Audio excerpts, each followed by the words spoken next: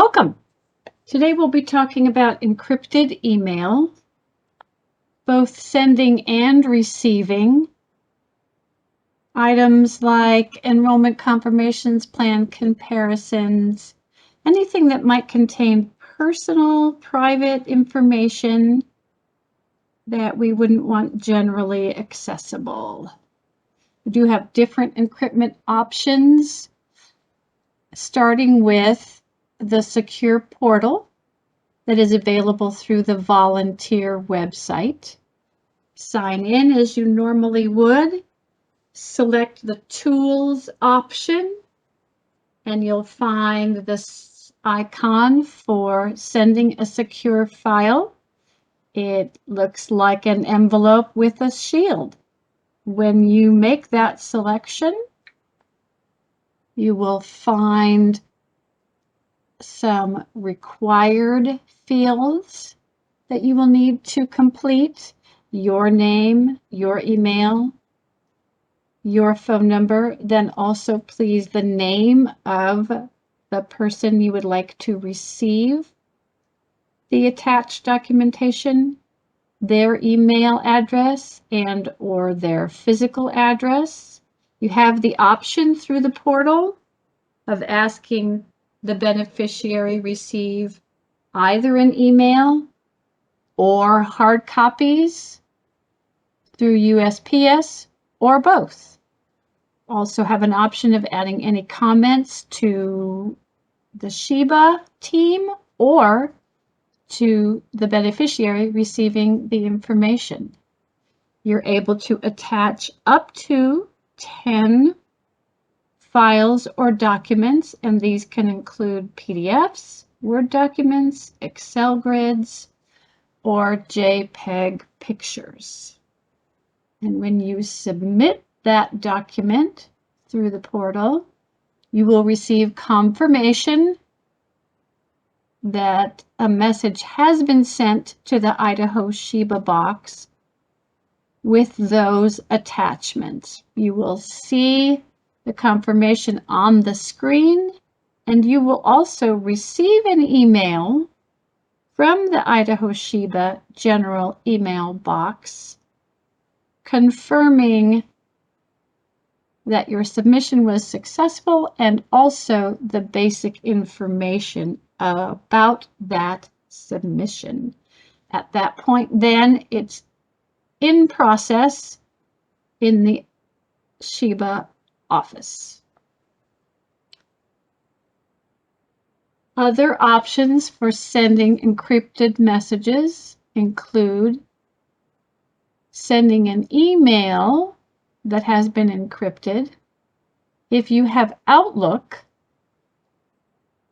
which can also be a Hotmail email account or an MSN email account, there is the option in the File menu to select the encryption function. In the upper left-hand corner, you'll see the File menu, and it will bring up several options, including encryption. Select Encrypt Only. Then if you go back just to the left on that screen, you can click Save, and that will return you to the body of the message to either complete the content or just hit Send. If you're receiving an encrypted email through Outlook, you will get a message wherein when you open it as you normally would, you will not see the contents. You will see a message that says, read the message. And when you click on that, it will offer you some options, which includes sign in with a passcode. When you make that selection, the passcode will be sent via email, the same email address that received the encrypted message. And the passcode can then be fed in to the waiting blank. And when that is complete, the contents of the message will be open to be viewed. Some of you may have a Gmail account and would like to send an encrypted email through Gmail. The encryption option in Gmail is at the bottom of a new blank message. You'll see this little symbol that looks like a padlock and a clock. And when you click on that, that will bring up the criteria for the encryption. The default information will be an expiration of 1 week and a passcode marked as no SMS. And so let's talk about these options. 1 week is a good length of time. A shorter period of time might run into an issue in getting the information sent out. A good example of that would be a counseling appointment on a Friday, sending the message at the end of the day on Friday. We need the period of validity to be long enough so that someone on the Sheba team can be processing it on Monday. Holidays might come into play. The 1 week minimum that pops up, that's a good setting. The no SMS passcode setting is also good to stick with because it means that the message won't come across through texting. And because the Sheba office is not receiving these messages or these requests on any sort of an instrument that uses text messages, you want to leave that as no SMS. The passcode itself is auto-generated by the Gmail system. Now, receiving an encrypted email through Gmail is very similar, almost identical actually, to what we just talked about with receiving encrypted messages through Outlook.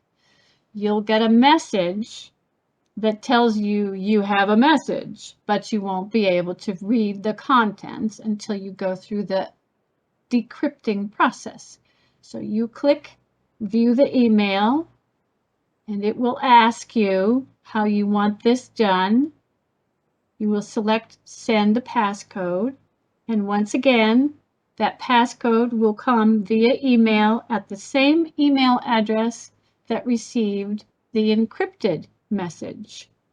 And once that passcode is received, you plug it into the waiting field, hit submit, and the message becomes decrypted and readable. Unlocked, you would say, and then it can be processed. When you're requesting items be sent to a beneficiary and you're using email rather than the secure portal, we ask that you include some information. The name and phone number of the person requesting the mail out. Obviously, the name and address or email address of the recipient, so we know where we're sending it. And then also, please let us know how many items you're attaching and maybe delineate them in some way. Say, for example, you're sending a screenshot of several plans compared in Plan Finder, but then they picked one, and so you're sending also an enrollment confirmation. If you would just list those briefly in the body of the email, then we can confirm, we can verify that we've received everything you intended and that all of the pages are present for us to send on to the recipient. So those encrypted emails should go to the Idaho Shiba general email box, idahoshiba@doi.idaho.gov. And those would be encrypted emails that you're sending with information for beneficiaries other than using the secure portal. And once again, the secure portal is available by signing on to the volunteer website. Our process in the office is that we monitor both the portal and the Idaho Shiba email box throughout the day. We make sure that we can see all of the intended attachments, and we will get in touch with you as soon as possible if we have any questions about anything that we might see as a discrepancy. And then we compile and stuff the messages and the paperwork by the end of the day, and they go out first thing the next morning. If there is ever an issue about the timing, we will certainly be in touch with you to let you know.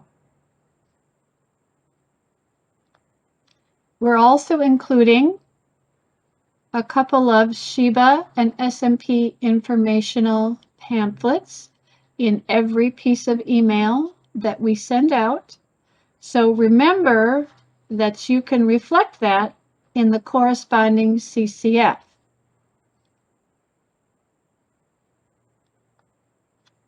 If you have any questions about any of this material or any of these processes, please feel free to contact me directly through my phone or through my email, or send an email to the general Idaho Shiba box, or absolutely contact your counselor.